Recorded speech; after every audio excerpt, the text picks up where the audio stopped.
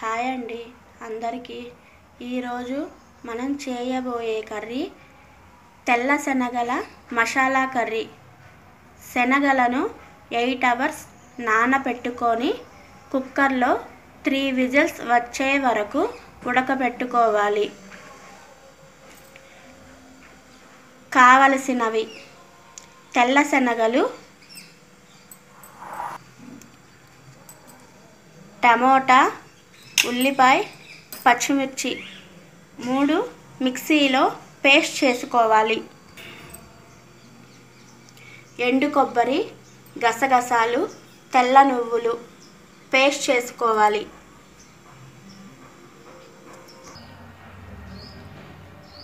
కొబ్బరి, గసగసాల, నువ్వుల పేస్ట్, టమోటా, ఉల్లిపాయ, పచ్చిమిరపకాయ పేస్ట్, అల్లం వెల్లుల్లి పేస్ట్, జీలకర్ర, ఆవాలు, శనగపప్పు, ఎండుమిర్చి, కరివేపాకు, పసుపు, కారం, రాళ్ళ ఉప్పు, ధనియా పొడి, జీరా పొడి, గరం మసాలా పౌడర్. ఇప్పుడు స్టవ్ వెలిగించుకొని గిన్నె పెట్టుకుందాం. ఆయిల్ వేసుకుందాం. జీలకర్ర, ఆవాలు, శనగపప్పు, ఎండుమిర్చి వేయించుకుందాం. కరివేపాకు, టమోటా పేస్ట్ వేసుకొని కొంచెం పచ్చివాసన పోయే వరకు వేయించుకుందాం. పచ్చివాసన పోయిన తర్వాత కొబ్బరి, గసగసాలు, తెల్ల నువ్వుల పేస్ట్,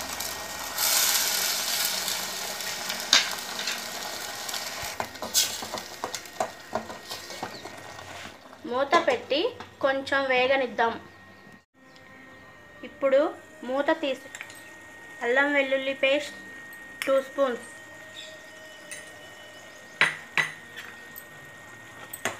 వేయించుకుందాం. వేగిన తర్వాత పసుపు, కారం,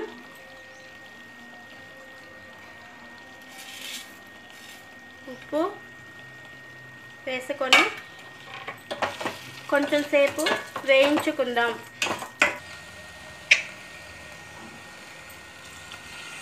కొంచెం వాటర్ పోసుకొని 5 మినిట్స్ ఉడకబెట్టుకుందాం. ఇప్పుడు మూత పెట్టుకొని గ్రేవీ చిక్కబడే వరకు ఉడకనిచ్చుకుందాం. ఇప్పుడు ఉడకబెట్టుకున్న శనగలు వేసుకుందాం.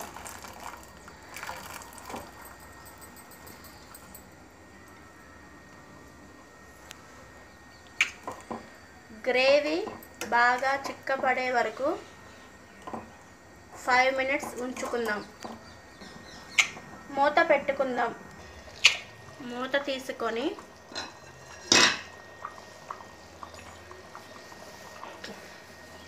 ధనియా పౌడర్, జీరా పౌడర్, గరం మసాలా పొడి వేసుకుందాం. గరం మసాలా పౌడర్ వేసిన తర్వాత